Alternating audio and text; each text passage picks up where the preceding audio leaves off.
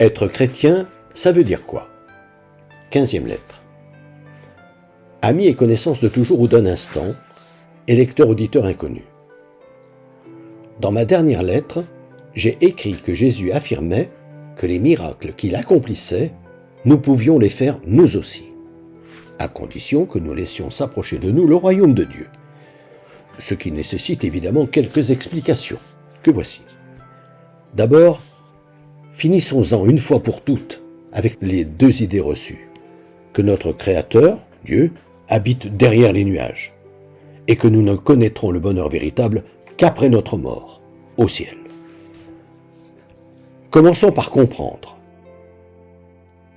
que celui que l'on appelle le Créateur de l'univers, s'il est certes l'auteur de la plus lointaine de ces galaxies que découvrent progressivement nos astronomes, est surtout, pour ce qui nous intéresse au temps présent, l'être tout-puissant qui fait exister notre univers immédiat, donc tout ce qui nous entoure jusqu'au moindre des objets dont nous nous servons, ainsi que tous les êtres vivants, dont celles et ceux avec qui nous vivons et nous-mêmes, auxquels non seulement il donne la vie, mais souffle ce qui nous différencie du reste de sa création, notre âme ou notre conscience, appelez cette propriété particulière comme vous voudrez.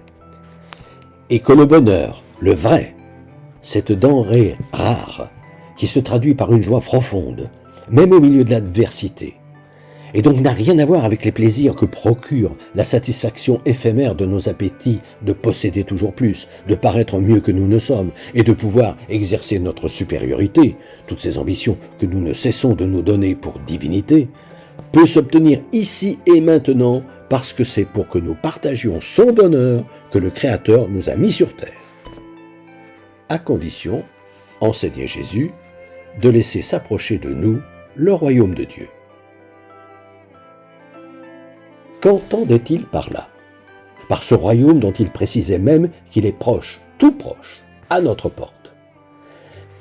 Si nous réactualisons son langage, cela veut tout simplement dire « suivez ce que vous dit votre conscience ». Prenez-la comme moteur exclusif de votre vie. Les chrétiens pratiquants vous diront, avant d'agir ou parler, référez-vous à Dieu, suivez ce qu'il vous dit. Comme Jésus savait pertinemment qu'il n'est pas facile d'écouter sa conscience, parce qu'elle ne se manifeste généralement que comme une brise légère, lorsqu'il a indiqué à ses disciples la manière dont ils devaient s'y prendre pour s'adresser à Dieu, manière qui est devenue la prière dite du Notre Père, il ne s'est pas contenté de les inviter à supplier le Créateur de leur déboucher les oreilles en lui demandant que ta volonté soit faite, mais, pour qu'ils se souviennent bien de ce que cette demande voulait dire, il l'a illustré par des images chocs. Ces formules lapidaires qui ont souvent traversé des siècles et que vous connaissez. L'œil est la lampe du corps. Si ton œil est malade, ton corps tout entier sera malade. Si donc la lumière qui est en toi est ténèbre, alors quelle ténèbre ce sera? Chaque fois que tu regardes une autre femme que la tienne et la désires, tu commets un adultère. Ne jure pas, ni sur Dieu, ni sur ta tête, dont tu ne peux modifier la pousse des cheveux. Contente-toi de dire oui ou non.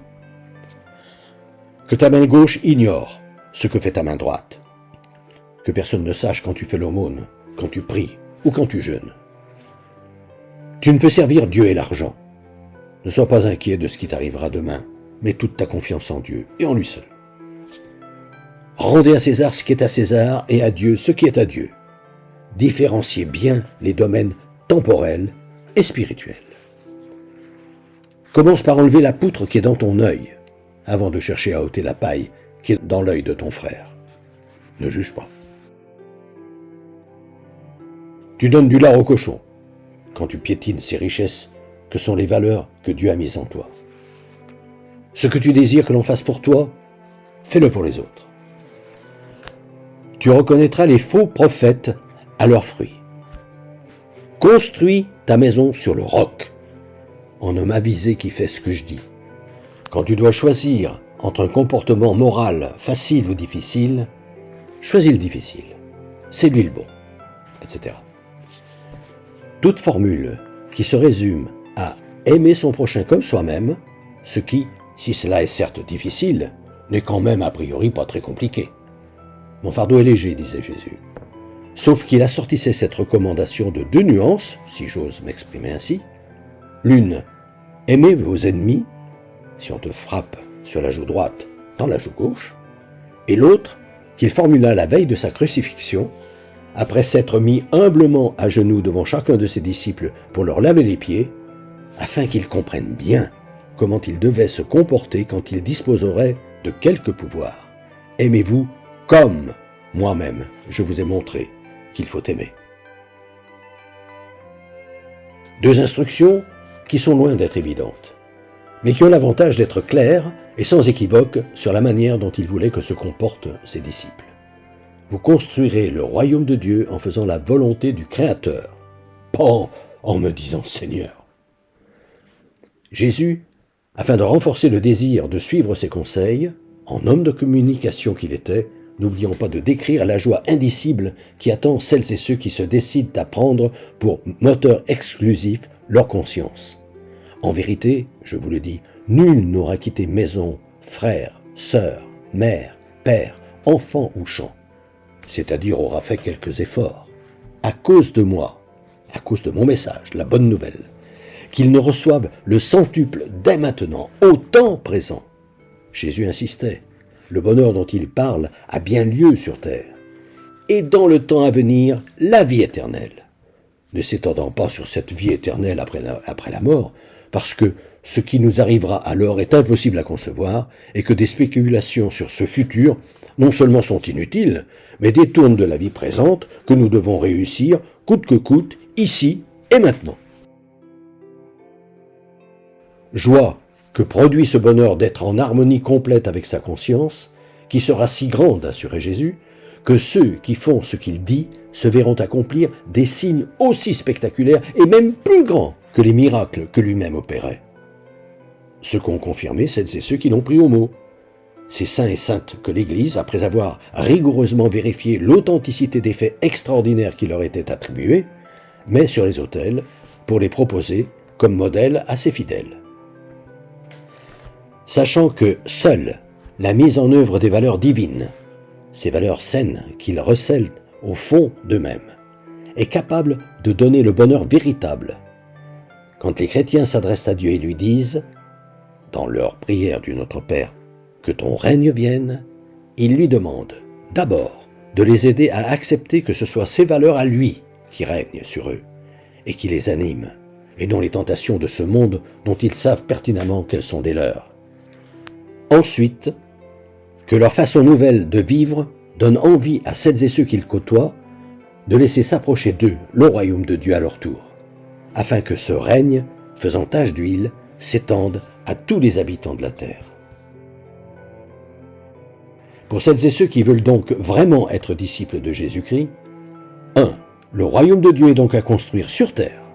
2. Et le moteur pour les aider à le construire est leur conscience. Dit autrement, si vous avez en tête la manière dont les scientifiques distinguent le règne minéral du règne végétal, du règne animal, vous comprenez sans difficulté que Jésus, par royaume de Dieu, parlait du règne des consciences. Tel est le royaume de Dieu auquel les chrétiens aspirent quand ils demandent au Créateur, qu'ils appellent avec confiance « Père », que ton règne vienne. Dans mes prochaines lettres, je m'emploierai à répondre à celles et ceux qui se demandent qui pouvait bien être celui qui se permettait d'avancer avec une semblable autorité, que telle était bien la condition pour que tous les hommes vivent heureux et en paix. Fraternellement.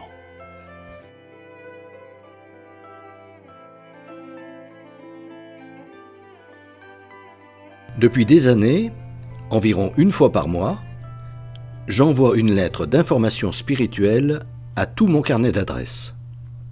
Le thème du moment est, depuis janvier 2019, être chrétien, ça veut dire quoi? Si ce sujet vous intéresse, n'hésitez pas à me transmettre votre mail, en vous contentant d'indiquer auditeur YouTube, vos noms et prénoms, et éventuellement votre numéro de téléphone si vous souhaitez me parler.